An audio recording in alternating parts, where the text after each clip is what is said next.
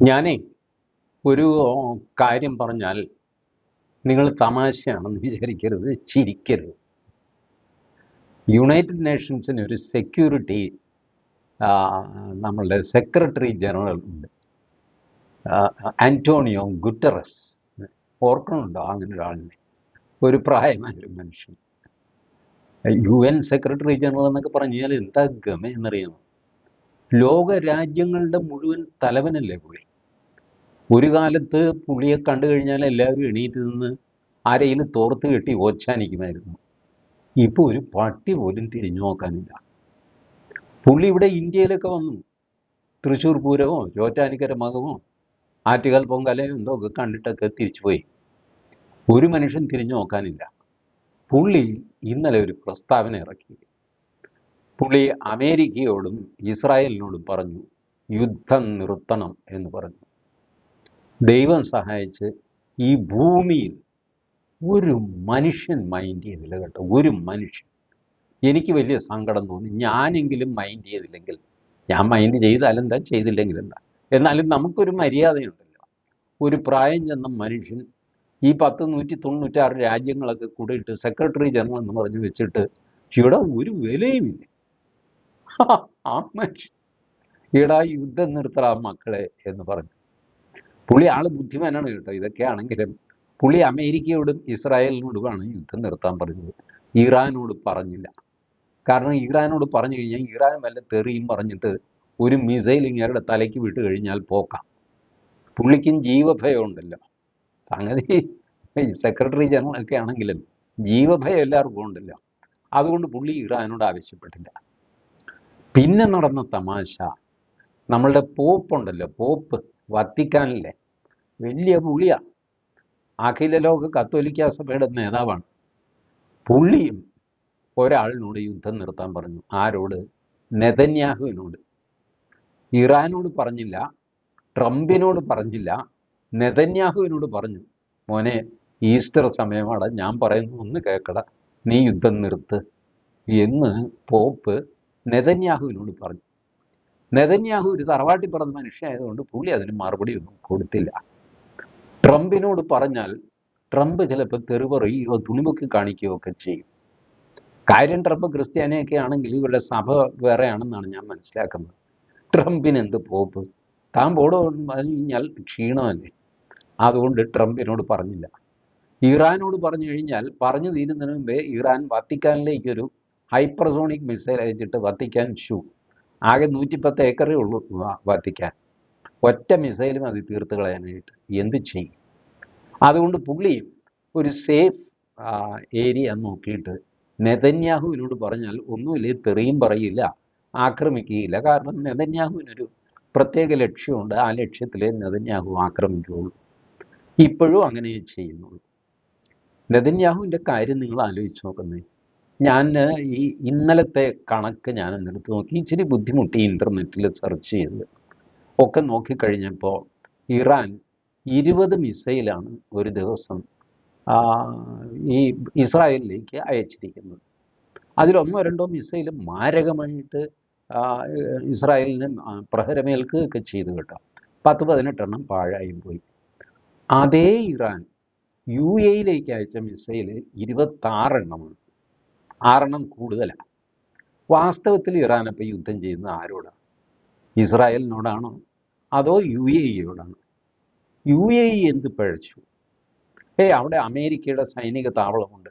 ശരി, നിങ്ങൾ താവളം ആക്രമിക്കുന്നു, ബാക്കി മനുഷ്യരെ ആക്രമിക്കുന്നത് എന്തിനാ? അവരുടെ റിഫൈനറി ആക്രമിക്കുക, അവരുടെ ഡീസാലിനേഷൻ പ്ലാന്റ് ആക്രമിക്കുക. കുവൈത്തിൻ്റെ ഡീസാലിനേഷൻ പ്ലാന്റ് ആക്രമിച്ചു. കുവൈത്തിൻ്റെ ആകെ ചെറിയൊരു അല്പപ്രാണിയായ രാജ്യം. അവരുടെ ഡീസാലിനേഷൻ പ്ലാന്റ് എന്ന് പറഞ്ഞാൽ അതിൽ നിന്നാണ് അവർക്ക് കുടിക്കാനുള്ള വെള്ളം കിട്ടുന്നത്. കടൽ വെള്ളം ശുദ്ധീകരിച്ചാണല്ലോ ഇതുങ്ങളൊക്കെ കഴിഞ്ഞുകൂടുന്നത്. അതിൻ്റെ തലയ്ക്ക് ഒരു മിസൈൽ ഇട്ടു. വല്ല കാര്യമുണ്ടോ? അതുകൂടാതെ റിഫൈനറി നശിപ്പിക്കുക, ഇങ്ങനത്തെ പരിപാടിയൊക്കെ ചെയ്യുന്നു.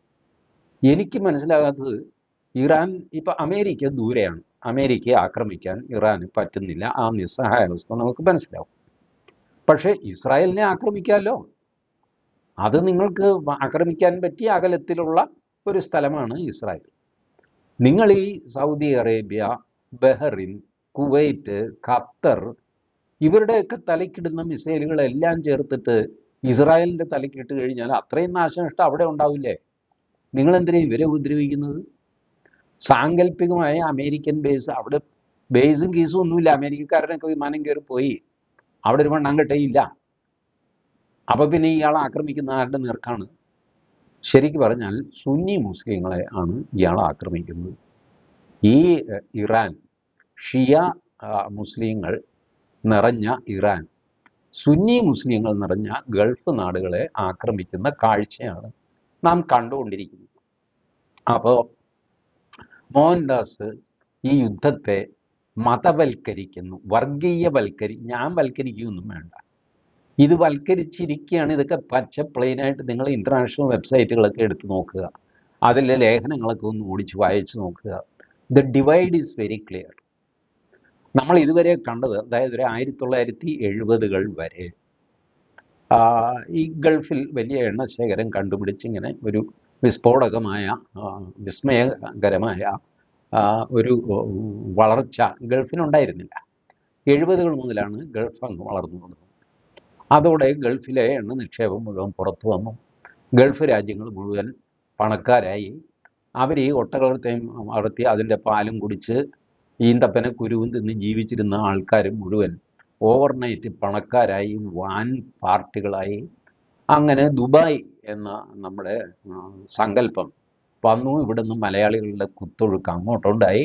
ഇതൊക്കെ സംഭവിക്കുന്നത് 70-കൾക്ക് ശേഷമാണ്.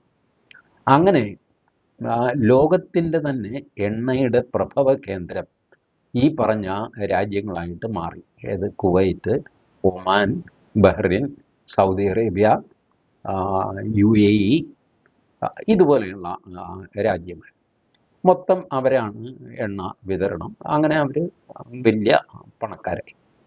പിന്നെ എണ്ണയുള്ളത് റഷ്യയുടെ കയ്യിലുണ്ട്, അമേരിക്കയുടെ കയ്യിലുണ്ട്. ഇപ്പം എന്ത് സംഭവിച്ചു? ട്രംപ് വന്നു കഴിഞ്ഞപ്പോൾ അമേരിക്കയിൽ ആദ്യം ട്രംപ് മുഴക്കിയ മുദ്രാവാക്യം നിങ്ങൾക്ക് ഓർമ്മയുണ്ടാവും, ഡ്രിൽ ബേബി ഡ്രിൽ. അമേരിക്ക സ്വന്തം എണ്ണ ഡ്രിൽ ചെയ്യാതെ മറ്റുള്ളവരുടെ എണ്ണ വാങ്ങിച്ച് അത് തീരട്ടെ, അല്ലാതെ തീരാൻ 10-20 വർഷം എടുക്കും ചേട്ടാ, എടുക്കട്ടെ. 200-250 വർഷം കഴിയുമ്പോൾ അത് തീരുമല്ലോ. അത് കഴിയുമ്പോൾ നമുക്ക് നമ്മളെ സ്റ്റോക്ക് എടുക്കാം. അപ്പോഴത്തേക്ക് എല്ലാവരും നമ്മുടെ കാൽക്കൽ വരും. ഇതാണ് അമേരിക്ക പറഞ്ഞുകൊണ്ടിരുന്നത്. ട്രംപ് വന്നപ്പോൾ ഇനി 200 കൊല്ലം കാത്തിരിക്കാനൊന്നും എനിക്ക് പറ്റില്ല. ഒരു കാര്യം ചെയ്യും, ആ വെനസ്വേലക്കാരനെ പിടിച്ചുകൊണ്ട് വാ, മദൂറോ, അവനെ പിടിച്ചുകൊണ്ട് വന്നു. വെനസ്വേല ലോകത്തിലെ ഏറ്റവും വലിയ എണ്ണശേഖരമാണ്. അത് മുഴുവൻ ടാപ്പ് ചെയ്ത് കഴിഞ്ഞിട്ടില്ല. നമുക്കും ഉണ്ട് അവിടെ ഒരു എണ്ണക്കിണർ കേട്ടോ, ONGCക്ക്. പുറത്ത് പറയണ്ട. 3000 കോടി രൂപ മുടക്കിയിട്ടിരിക്കുക നമ്മൾ വെനസ്വേലയിൽ. നമ്മൾ മോശക്കാരൊന്നുമല്ല ഇതിൻ്റെ നടുക്ക്. ഞാനതിന് കുറ്റം പറയുകയല്ല കേട്ടോ. ഇതിൻ്റെ നടുക്ക് നമുക്ക് നമ്മുടെ കാര്യം നടക്കണ്ടായിരുന്നു. ഇവിടെ ഗ്യാസ് തീർന്നു കഴിഞ്ഞാൽ നരേന്ദ്രമോദിയെ ചീത്ത പറയുമെന്ന് നരേന്ദ്രമോദിക്ക് അറിയാമല്ലോ, നമുക്കും അറിയാം.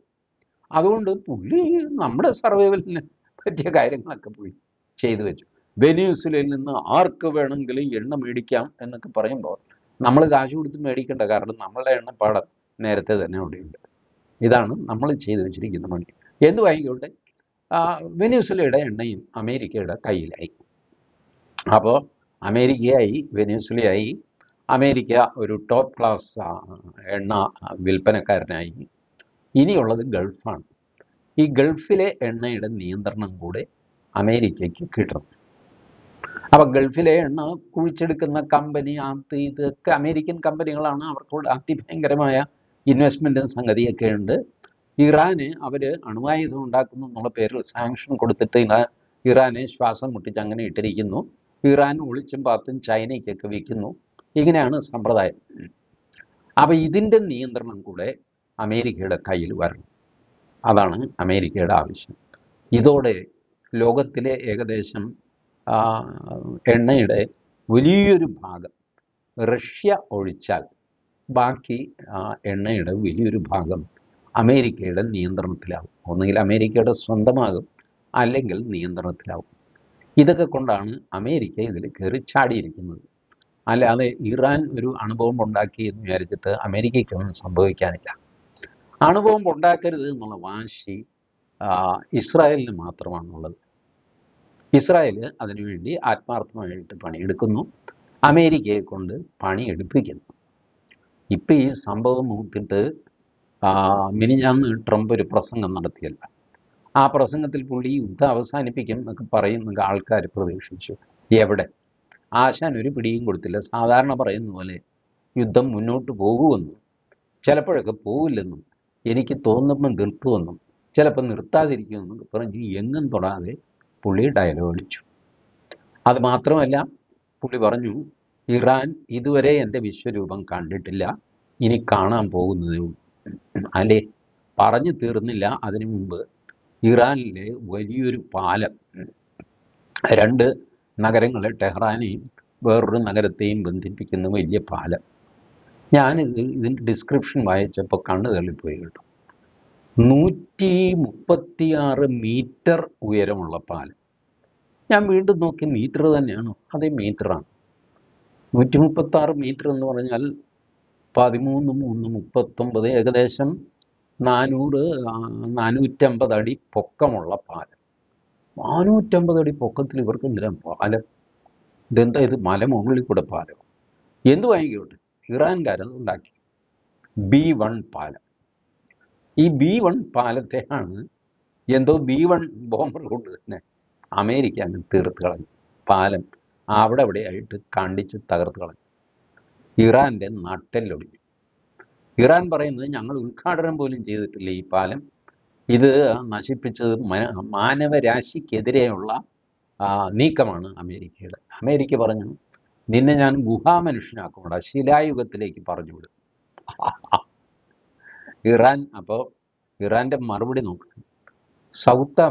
ഇറാൻ്റെ സൗത്ത് ആഫ്രിക്കൻ എംബസി എക്സിൽ പോസ്റ്റ് ചെയ്യുന്നു. ഇറാൻ്റെ ഇന്ത്യൻ എംബസിയും എക്സിൽ പോസ്റ്റ് ചെയ്യുന്നു. സൗത്ത് ആഫ്രിക്കൻ ഇറാൻ എംബസി പറയുന്നത്, ഞങ്ങൾക്ക് 6000 വർഷം പഴക്കമുണ്ട് ഞങ്ങളുടെ രാജ്യത്തിന്. നിനക്ക് എന്തുണ്ട് 250 തികച്ചുകൊണ്ടോടെ അമേരിക്കയെ? ട്രംപേ, നിനക്ക് നിൻ്റെ രാജ്യത്തിന് എത്ര വയസ്സായി? 200 അല്ലെ 250, ഇത്രയല്ലേ ഉള്ളൂ. ഞങ്ങൾക്ക് 6000 വർഷത്തെ പഴക്കമുണ്ട്.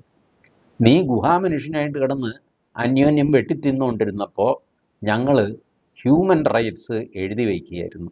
സൈപ്രസ് സിലിണ്ടർ അതിലെന്തോ എഴുതി വയ്ക്കുകയായിരുന്നു. സൈറസ് സിലിണ്ടർ ആണെന്ന് തോന്നുന്നു. അപ്പോൾ അവരുടെ പഴയ ഒരു രാജാവ്, അങ്ങേര് മനുഷ്യാവകാശങ്ങളൊക്കെ ഉയർത്തിപ്പിടിക്കുന്ന മനുഷ്യനായിരുന്നു. അങ്ങേര് ജൂതന്മാർക്ക് വാക്ക് കൊടുത്തു, അവരെ പിടിച്ച് തലവിട്ടിരുന്നു. പുള്ളി പറഞ്ഞു, ഞാൻ നിങ്ങളെയൊക്കെ മോചിപ്പിക്കാം, ഇസ്രായേലാണ് നിങ്ങളുടെ സ്ഥലം, നിങ്ങളെ അവിടെ കൊണ്ടുപോയി ഞാൻ താമസിപ്പിക്കാം എന്നൊക്കെ പറഞ്ഞിട്ട് പുള്ളി വാക്ക് കൊടുത്തു. അത് പാലിക്കുകയും ചെയ്തു കേട്ടോ. അതിനുവേണ്ടി പുള്ളി യുദ്ധമൊക്കെ ചെയ്തു. ഈ പാരമ്പര്യമൊക്കെ ഇറാൻ ഇപ്പം കെട്ടി എഴുന്നള്ളിക്കുന്നു. എനിക്ക് മനസ്സിലാവാതെ, ഇറാൻ ഇപ്പം ഇത് പറയാൻ എന്താ അവകാശം? ആ പാരമ്പര്യം മുഴുവൻ നശിപ്പിച്ചിട്ടല്ലേ 1979 ആയത്തുള്ള ഖൊമൈനി ഈ മതരാഷ്ട്രം സ്ഥാപിച്ചത്. അതിനെത്രയോ മുമ്പ് തന്നെ നിങ്ങളുടെ സ്വരാഷ്ട്രീയൻ മതത്തെ നിങ്ങൾ ഉപേക്ഷിച്ചു. ഏകദേശം 1300-1350 വർഷം മുമ്പ് തന്നെ നിങ്ങൾ സ്വരാഷ്ട്രീയൻ മതത്തെ ഉപേക്ഷിച്ച് കംപ്ലീറ്റ് ഇസ്ലാമായിട്ട് നിങ്ങൾ മാറി. അത് കഴിഞ്ഞിട്ട് ആ ഇസ്ലാം ഷിയ ഇസ്ലാമായിട്ട് മാറി. നിങ്ങൾക്കിപ്പോൾ 6000 വർഷത്തെ പഴക്കമുള്ള സിവിലൈസേഷൻ എന്നൊക്കെ പറയാൻ നിങ്ങൾ ആരാവുക? ഇന്ത്യൻ എംബസി, ഇവിടുത്തെ ഇറാനിയൻ എംബസി ഇൻ ഡൽഹി, അയാൾ ട്വീറ്റ് ചെയ്തിരിക്കുന്നത്, എക്സ്പോസ്റ്റ് ചെയ്തിരിക്കുന്നത് 7000 വർഷമുണ്ടെന്നാണ് പഴക്കം. അയാൾ ഈ പൊങ്ങച്ചോക്ക് പറയുന്നത് 7000 വർഷം. അതില്ലാന്ന്. 1350 വർഷത്തെ ഇതേ ഉള്ളൂ നിങ്ങൾക്ക്.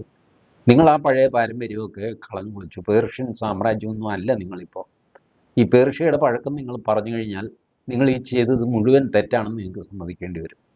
ഡെത്ത് ടു ഇസ്രായേൽ തെറ്റായിരുന്നു, ഡെത്ത് ടു അമേരിക്ക തെറ്റായിരുന്നു. ഇതൊന്നും പേർഷ്യൻ സംസ്കാരത്തിൽ പെട്ടതല്ല.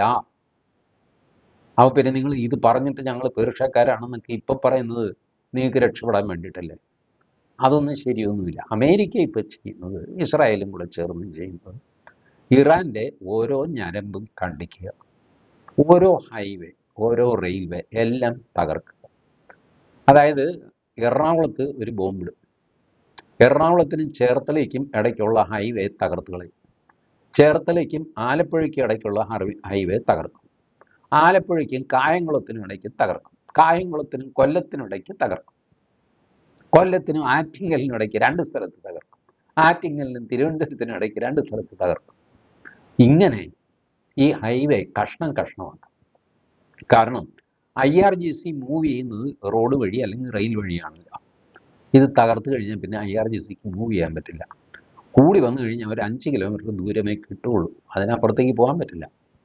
ഇത്ര പെട്ടെന്ന് പാലങ്ങൾ ഉണ്ടാക്കിയിട്ട് ഇതൊക്കെ വീണ്ടും കണക്ട് ചെയ്യാൻ പറ്റുമോ? അതൊന്നും പറ്റില്ല. അപ്പോൾ അമേരിക്ക അവരുടെ ഗ്രൗണ്ട് ട്രൂപ്പിനെ ഇറാനിൽ ഇറക്കിക്കഴിഞ്ഞാൽ ചെറിയ ചെറിയ സ്ഥലങ്ങളായിട്ട് ഇത് മാറും. ആ സ്ഥലങ്ങളിലേക്ക് പാരാട്രൂപ്പ് ചെയ്ത് സൈനികരെ ഇറക്കിക്കഴിഞ്ഞാൽ ഒരു കരയുദ്ധം നടത്താൻ പറ്റും. കഷ്ണം കഷ്ണമായിട്ട് ഇറാൻ മൊത്തത്തിൽ യുദ്ധത്തിന് പോയാൽ ഇറാൻ്റെ കയ്യിൽ 6-7 ലക്ഷം പട്ടാളക്കാരുണ്ട്. അമേരിക്ക തലകുത്തി മറിഞ്ഞു കഴിഞ്ഞാൽ ഇറാനെ പിടിച്ചു കെട്ടാൻ പറ്റില്ല. ഇത് മനസ്സിലാക്കിയിട്ട് ഇറാനെ കഷ്ണം കഷ്ണമാക്കുക എന്നുള്ള തന്ത്രമാണ് ഇപ്പോൾ അമേരിക്ക എടുത്തിരിക്കുന്നത്. ഇതിന് സമയമെടുക്കില്ല, എടുക്കും. 15 ദിവസമോ 20 ദിവസമോ. ട്രംപ് പറയുന്നത് തീരുമ്പോൾ തീരട്ടലോ, എനിക്ക് വിഷമമൊന്നുമില്ല, എൻ്റെ ഇഷ്ടം പോലെ എണ്ണയുണ്ട്, ഗ്യാസുണ്ട്. ആർക്കെങ്കിലും വേണമെങ്കിൽ ഈ അമേരിക്കയിൽ നിന്ന് മേടിച്ചു, ഞാൻ കൊള്ള വിലയൊന്നും ഈടാക്കുകയില്ല, മാർക്കറ്റ് വിലയെ ഞാൻ ഈടാക്കുകയുള്ളൂ. നിങ്ങൾ മേടിച്ചുകൊണ്ട് പോക്കോ. അതല്ല നിങ്ങൾക്ക് ഹോർമുസ് കടലിടുക്ക് തന്നെ വേണമെങ്കിൽ ആർക്കാന്ന് വെച്ചാൽ അവിടെ കൊണ്ടുപോക്കോ, എന്താണെന്ന് വെച്ചാൽ ചെയ്തു. ഞാൻ വിചാരിച്ചാൽ ഹോർമുസ് കടലിടുക്ക് എൻ്റെ നിയന്ത്രണത്തിലാക്കാൻ എനിക്ക് 24 മണിക്കൂർ തികച്ചു വേണ്ട. പക്ഷെ ഞാനിപ്പോൾ അവിടെ ഇടപെടുന്നില്ല. ആവശ്യക്കാരിടപെടട്ടെ. അതായത് യൂറോപ്പ്, ഇന്ത്യ, ചൈന ഒക്കെ ഇടപെടുത്തെ എന്നാണ് ട്രംപിൻ്റെ വ്യംഗ്യം. ഇത് അവിടെ പോയി തലവയ്ക്കാൻ ആരെങ്കിലും തയ്യാറാക്കുമോ? ഇന്ത്യ ഒരു രാജ്യമാണ്. ഇന്ത്യ പറഞ്ഞു ഞാൻ എൻ്റെ എണ്ണയും പിണ്ണാക്കുമൊക്കെ ഞാനിതിലേക്ക് കൊണ്ടുപോകും. അവർ പറഞ്ഞു അല്ല, അതിന് കപ്പം തരേണ്ടി വരും. ഞാൻ കപ്പവും തരികയില്ല, ടോള് പിരിക്കും ഇറാൻ. ഇന്ത്യ പറഞ്ഞു ടോളൊന്നും തരാൻ പറ്റില്ല. ചേട്ടാ, ഇത് ഇൻ്റർനാഷണൽ വഴിയാണ്, ഞാനിതിലെ എൻ്റെ കപ്പലും കൊണ്ടുപോകുക. അതിന് ഇന്ത്യൻ നേവി, ഇന്നലെ രാജ്നാഥ് സിംഗ് പറഞ്ഞു ഇന്ത്യൻ നേവിയുടെ എസ്കോർട്ടുണ്ട്, അങ്ങനെയാണ് നമ്മുടെ കപ്പലുകൾ വരുന്നത്. 1-2 കപ്പലുകൾ തിരിഞ്ഞ് ചൈനയ്ക്കുമൊക്കെ പോകുന്നുണ്ട്. പിന്നെ ഇതുകൂടാതെ നമുക്ക് ശ്രീലങ്കയ്ക്ക് എണ്ണ കൊടുക്കണം, മാൽദീവ്സിന് എണ്ണ കൊടുക്കണം, ബംഗ്ലാദേശിന് എണ്ണ കൊടുക്കണം. ഈ ദരിദ്രവാസികൾക്ക് കൊടുക്കേണ്ടത് നമ്മുടെ ചുമതലയാണ്. അപ്പോൾ അതും നമ്മൾ തമ്മിൽ അത്ര രസത്തിലൊന്നും അല്ലെങ്കിലും അത്യാവശ്യം ജീവിക്കാനുള്ള എണ്ണയും പിണ്ണാക്കുമൊക്കെ അവർക്ക് കൊടുക്കണ്ടേ? അതും കൊടുക്കണം. ഇതാണ് നമ്മുടെ അവസ്ഥ. നമ്മളത് തുറന്നു പറഞ്ഞു. പാകിസ്ഥാൻ സമാധാന ചർച്ച നടത്താൻ പോകുന്നു പറഞ്ഞു. ആരും പോയില്ല ആ ചർച്ചയ്ക്ക്. സൗദി അറേബ്യയും പിന്നെ ഒരു രാജ്യം ആരാണ് പോയിരുന്നത് കേട്ടോ. ഈ സമാധാന ചർച്ച നടത്തണമെങ്കിൽ 3 പേര് മിനിമം വേണമല്ലോ. Iran, Israel, America. ഈ 3 പേരും ഇല്ലാതെ സമാധാന ചർച്ചയിലില്ല. ഈ 3 പേരും ഇസ്ലാമാബാദിൽ പോയില്ല. പാകിസ്ഥാൻ വാതിലുമൊക്കെ തുറന്ന് കസേരയൊക്കെ പിടിച്ച് ചായയ്ക്ക് രാഘവൻ്റെ കടയിൽ ഓർഡർ കൊടുത്ത്, രാഘവോ നല്ല പരിപ്പ് കൂടെ വേണം കേട്ടോ, ഇവിടെ മധ്യേഷ്യ ഞങ്ങൾ ചർച്ച ചെയ്യാൻ പോവാണ്. അതൊക്കെ ശരിയാക്കാമെന്നൊക്കെ പറഞ്ഞു. രാഘവനുണ്ടാക്കിയ പരിപ്പ് വടയും പഴംപൊരിയൊക്കെ വെറുതെ ആയിപ്പോയി. ചർച്ചയ്ക്കാരും വന്നില്ല. ഉച്ച കഴിഞ്ഞ് വന്നതാണ് സൗദി അറേബ്യ. സൗദി അറേബ്യ ഇരുന്ന് ഉറക്കം തൂങ്ങി. നേരെ സന്ധ്യയായി കഴിഞ്ഞപ്പോൾ ഒരു ചായയും ഒരു പരിപ്പ് വടയും കഴിച്ചിട്ട് പറഞ്ഞു ഞാൻ പൊക്കോട്ടെ. അല്ല ചേട്ടൻ എന്നാൽ പൊക്കോ, ഇന്നിനിപ്പോൾ ആരും വരുമെന്ന് തോന്നുന്നില്ല. സൗദി അറേബ്യ പറഞ്ഞു ഇടാ, നമ്മൾ തമ്മിൽ ഒരു കരാറുണ്ട്, ഒരു ഡിഫൻസ് ഡീൽ നമ്മൾ തമ്മിലുണ്ട്, അറിഞ്ഞൂടെ? അല്ല അത് അറിയാം. പിന്നെ നീ എന്താ എൻ്റെ കൂടെ നിൽക്കാത്തത്? അല്ല ഞാൻ ചേട്ടൻ്റെ കൂടെ ആണല്ലോ നിൽക്കുന്നത്. എന്ത് നിൽക്കുന്നു? എനിക്ക് ഇത്രയും അടിയൊക്കെ കിട്ടിയിട്ട് നീ എവിടെ നിൻ്റെ അനക്കമില്ലല്ലോ. ചേട്ടാ എനിക്ക് അനങ്ങാൻ പറ്റില്ല. ഞാൻ അനങ്ങിക്കഴിഞ്ഞാൽ ഇറാൻ എന്നെയും തല്ലും. അത് ശരിയല്ലേ? ഇറാൻ്റെ തൊട്ട് വടക്ക് വശത്താണ് പാകിസ്ഥാൻ്റെ കിടപ്പ്. ഇതുവരെ ഇറാൻ പാകിസ്ഥാനെ തൊട്ടിട്ടില്ല. അവർ ബാക്കിയുള്ള സകലരെയും ഗൾഫ് രാജ്യങ്ങളെയൊക്കെ അവരടിക്കുന്നുണ്ട്. അവർ പാകിസ്ഥാൻ ഇവനാരുടെ സുന്നി ഇവിടെ കിടന്ന് ആൾ കളിക്കുന്നത്. അല്ലെങ്കിൽ തന്നെ TTP എന്നൊക്കെ പറഞ്ഞിട്ട് വേണ്ടാത്ത തെഹ്രിക്കെ താലിബാൻ പാകിസ്ഥാൻ എന്ന് പറഞ്ഞ് ഇറാൻ സ്പോൺസേർഡ് ഭീകരവാദികളൊക്കെ ഉണ്ട് പാകിസ്ഥാനിൽ. അപ്പോൾ ഇറാൻ വിചാരിച്ച് ഒരു 4 ഹൈപ്പർസോണിക് മിസൈൽ വിട്ട് കഴിഞ്ഞാൽ പാകിസ്ഥാൻ്റെ കഥ കഴിയും. അപ്പം എന്നാൽ സൗദി അറേബ്യയുടെ കൂടെയല്ലേ നിൽക്കുന്നത്, അമേരിക്കയ്ക്ക് അനുകൂലമായിട്ടല്ലോ എന്ന് പറഞ്ഞാൽ ഇറാൻ വ്യാഖ്യാനിക്കും. സൗദി അറേബ്യയുടെ കൂടെ നിൽക്കുക എന്ന് പറഞ്ഞാൽ അമേരിക്കയുടെ കൂടെ നിൽക്കുക എന്നാണെന്നും, അമേരിക്കയുടെ കൂടെ നിൽക്കുന്നവർ എൻ്റെ ശത്രുക്കളാണെന്ന് പറഞ്ഞ് 4 മിസൈലും ഇടും. മറ്റേ ഹോർമുസ് കടലിടുക്കിൽ കൂടെ പാകിസ്ഥാൻ്റെ കപ്പൽ പോകാൻ പാടില്ല എന്ന് പറയും. എന്ത് ചെയ്യും? അതുകൊണ്ട് പാകിസ്ഥാൻ സൗദി അറേബ്യയിൽ കാല് പിടിച്ചു. എൻ്റെ പൊന്നു ചേട്ടാ, ഞാൻ വാക്ക് തന്നതാണ്, ഞാൻ കരാർ ഒപ്പിട്ടതാണ്, കാര്യമൊക്കെ ശരിയാണ്, എന്നെ രക്ഷിക്കണം, എനിക്ക് വാക്ക് പാലിക്കാൻ പറ്റില്ല. സൗദി അറേബ്യ ഒരു ചിരിയൊക്കെ ചിരിച്ചിട്ട് പറഞ്ഞു, എടാ നിന്നെ കൊണ്ട് ഇതൊന്നും നടക്കില്ല എന്ന് എനിക്ക് നന്നായിട്ട് അറിയാം. നിനക്ക് അത്യാവശ്യം കാശ് വേണമായിരുന്നു, ഞാൻ പറയുന്ന സ്ഥലത്ത് നീ ഒപ്പിട്ടു. ഇത് കവിഞ്ഞ് നിന്നെ കൊണ്ടൊരു ചുക്കും നടക്കില്ല, എനിക്ക് നന്നായിട്ടറിയാം. പിന്നെ പോട്ടെ, നിനക്കൊരു ക്ഷീണം വരണ്ടെന്ന് വിചാരിച്ചിട്ടാണ് ഞാൻ, എന്തോ ആയിക്കോട്ടെ ഞാൻ പോവുകയാണെന്ന് പറഞ്ഞിട്ട് സൗദി അറേബ്യ തിരിച്ചുപോയി. അങ്ങനെ പാകിസ്ഥാൻ്റെ മധ്യസ്ഥ ശ്രമവും ദയനീയമായിട്ട് പരാജയപ്പെട്ടു. ഇപ്പം നിൽക്കുന്നത് അമേരിക്കയുടെയും ഇസ്രായേലിൻ്റെയും ഇറാൻ്റെയും ദയയിൽ ഈ യുദ്ധം അവസാനിച്ചാൽ അവസാനിച്ചു. വേറെ ആർക്കും ഒരു കുലുക്കവുമില്ല. അമേരിക്കയാണെങ്കിലോ അവരുടെ ചീഫ് ഓഫ് ആർമി സ്റ്റാഫിനെ അവർ പിരിച്ചുവിട്ടു. പീറ്റ് ഹെക്സിറ്റ്, അവരുടെ സെക്രട്ടറി ഓഫ് വാർ ഉണ്ടല്ലോ, അമേരിക്കയുടെ chief of army staff Randy George, അയാൾ പറഞ്ഞു അങ്ങോട്ട് പുറത്ത്. അയാൾ പറഞ്ഞു എന്താ താൻ ഇറങ്ങി, താൻ ശരിയാവില്ല. ഇതിന് കാര്യം എന്താണെന്ന് വെച്ചാൽ ഈ മേജർ ജനറൽ ജോർജ്, പുള്ളി ഒരു ഉടക്കനാണ് പോലും. പുള്ളി യുദ്ധത്തിന് തന്നെ പൊതുവെ എതിരാണ്. ഇതിങ്ങനെ നീട്ടിക്കൊണ്ട് പോയി കഴിഞ്ഞാൽ നമുക്ക് നഷ്ടമേ ഉണ്ടാവുള്ളൂ. അപ്പോൾ ട്രംപിൻ്റെ ആശയം എന്താണെന്ന് വെച്ചാൽ യുദ്ധത്തിൽ ലാഭനഷ്ടങ്ങളൊന്നും നോക്കണ്ട, യുദ്ധം ജയിക്കുക എന്നുള്ളത് അത് നമ്മുടെ രാജ്യത്തിൻ്റെ അഭിമാന പ്രശ്നമാണ്. അതിൽ കാശത്ത് നഷ്ടപ്പെടുന്നു പട്ടാളക്കാരൻ അന്വേഷിക്കേണ്ട കാര്യമില്ല. അപ്പോഴും ജോർജ് പറഞ്ഞു, അല്ല ചേട്ടാ അങ്ങനെയല്ല, നമ്മൾ മുൻപിൽ നോക്കാതെ ഇതെടുത്ത് ചാടി ഇതിൽ നിന്ന് ഊരാൻ പ്രയാസമാകും. അതാണ് ട്രംപിൻ്റെ പ്രസംഗത്തിൽ ട്രംപ് പറഞ്ഞില്ല. ഒന്നാം ലോക മഹായുദ്ധത്തിൽ 1.5-2 വർഷമോ മറ്റോ അമേരിക്ക ഉണ്ടായിരുന്നു. രണ്ടാം ലോക മഹായുദ്ധത്തിൽ 3-3.25 വർഷം എടുത്തു. വിയറ്റ്നാമിൽ 25 വർഷം എടുത്തു. അഫ്ഗാനിസ്ഥാനിൽ 20 വർഷം എടുത്തു. ഇതൊക്കെ ഞാൻ പ്രസിഡൻ്റായിരുന്നപ്പോൾ നടന്ന യുദ്ധങ്ങളാണ്, അല്ലല്ലോ. ഞാനിപ്പോൾ 33 ദിവസമല്ലേ ആയുള്ളൂ. അതിനാണ് നിങ്ങൾ യുദ്ധം നീണ്ടുപോയി. എന്ത് നീണ്ടുപോയി? എനിക്ക് മുമ്പുള്ളവർ ചെയ്ത് യുദ്ധത്തിൻ്റെ 10-1 ദിവസം പോലും ആയിട്ടില്ല ഞാൻ ചെയ്യുന്നത്. അതിനു മുമ്പേ നീണ്ടുപോയി എന്ന് പറയുന്നത് ഇത് എന്ത് പോക്കൃത്തരം എന്നൊക്കെ പറഞ്ഞാണ് ട്രംപ് കയറി അടിച്ചത്. അതേ തുടർന്നിട്ട് ഈ ജോർജും ഇയാളുടെ കൂടെ വേറെ സീനിയർ പട്ടാളക്കാർ 4-5 പേരെ രാജിവെപ്പിച്ചു. സാധാരണ യുദ്ധസമയത്ത് ചീഫ് ഓഫ് ആർമി സ്റ്റാഫിനെ കൊണ്ട് ഏതെങ്കിലും രാജ്യം രാജിവെപ്പിക്കുക ചെയ്തു. അമേരിക്ക മാറ അവിടെ നിന്ന്, ഞാൻ പറയുന്ന പോലെ കാര്യങ്ങൾ നടക്കണം. ഇതാണ് ട്രംപിൻ്റെ വാശി. അപ്പോൾ അങ്ങനെ അമേരിക്ക രണ്ടും കൽപ്പിച്ച് ഇറങ്ങിയിരിക്കുകയാണ്. ഇപ്പോൾ ഇറാൻ ജയിക്കണം എന്ന് ആഗ്രഹിക്കുന്ന ഒരുപാട് പേരുണ്ടാകും. എനിക്കറിയാം ഇന്ത്യയിൽ പൊതുവെ ഒരു പ്രോ ഇറാൻ മൈൻഡാണ്. എനിക്കതിൽ വിരോധമൊന്നുമില്ല. ഞാനാകെ പറയുന്നത് ഇതാണ്, നിങ്ങളൊരു കാര്യം നോക്ക്, അടികൊള്ളുന്നത് മുസ്ലിമാണ്. ഷിയ ആയിക്കോട്ടെ സുന്നി ആയിക്കോട്ടെ, ഇറാൻ അടികൊള്ളുന്നു. ഇറാൻ അടിക്കുന്നത് ആരെയാണ്? സൗദിയെ, യു എ ആണ് കൂടുതൽ അടിക്കുന്നത്. സൗദിയെ കഴിഞ്ഞ ഒരു 10 ദിവസമായിട്ട് സൗദിയിൽ തൊട്ടിട്ടില്ല. ഏതായാലും ഷിയ മുസ്ലിം സുന്നി മുസ്ലിമിനെ തല്ലുന്നതും മുസ്ലിം, കൊള്ളുന്നതും മുസ്ലിം. ഇതിൻ്റെ ബെനിഫിറ്റ് പോകുന്ന ആർക്കാ? ക്രിസ്ത്യാനിക്കും ജൂതൻ. ഈ നിങ്ങൾ കുറച്ചൊന്ന് റിസർച്ച് ചെയ്ത് നോക്കിക്കഴിഞ്ഞാൽ ഈ ആംഗിൾ മെല്ലെ തെളിഞ്ഞു വരും. ഇറാന് ഇസ്രായേലിനോടും അമേരിക്കയോടും ഉണ്ടായ വിരോധത്തിൻ്റെ അടിയിൽ എന്താണ്? ജൂതനും ക്രിസ്ത്യാനിയുമാണ്. ജൂതനെയും ക്രിസ്ത്യാനിയെയും കാണുന്നിടത്ത് വെച്ച് വധിക്കുക, ഇതാണ് ഇസ്ലാമിൻ്റെ പ്രിൻസിപ്പിൾ എന്ന് ഇറാൻ കരുതുന്നു. അങ്ങനെ പുസ്തകത്തിൽ എഴുതി വെച്ചിട്ടുണ്ട് എന്ന് പറയുന്നു. എന്തുമായിക്കോട്ടെ, അതാണ് പ്രിൻസിപ്പിൾ. അപ്പോൾ നമ്മളെ KM ഷാജി പറഞ്ഞ പോലെ മതമാണ് മതമാണ് മതമാണ് വലുത്. അപ്പോൾ അവർക്കും മതമാണ് മതമാണ് മതമാണ് വലുത്. അവർ പറഞ്ഞു, മുസ്ലിങ്ങളുടെ കയ്യിലിരിക്കുന്ന എണ്ണശേഖരത്തിൻ്റെ നിയന്ത്രണം കൂടെ ഞങ്ങൾ കയ്യിലെടുക്കാം, ഇനി ഒരു ഇസ്ലാമിക ബോംബ് ഉണ്ടാക്കാതെ നോക്കാം, ജൂതന്മാർ മുടിവെച്ച് വാഴും ഈ ഏരിയയിൽ, അപ്പുറത്ത് അമേരിക്ക എന്ന ക്രിസ്ത്യാനികളുമായിരിക്കും, അങ്ങനെ കളി മുന്നോട്ട് പോട്ടെ എന്ന് അവരും തീരുമാനിച്ച പോലെയാണ് ഇപ്പം നിൽക്കുന്നത്. നിങ്ങൾ മാറി നിന്ന് അനലൈസ് ചെയ്ത് കഴിഞ്ഞാൽ ഇത് കൃത്യം ഇതാണ്. ശരിക്കും അടിക്കുന്നത് ജൂതനും ക്രിസ്ത്യാനിയും, അടികൊള്ളുന്നത് മുസ്ലിമിനിട്ട്. ആ മുസ്ലിം ക്രിസ്ത്യാനിയെയോ ജൂതനെയോ തിരിച്ചടിക്കുന്നതിന് പകരം അവൻ്റെ തന്നെ സഹോദരനായ മുസ്ലിമിനെ അടിക്കും.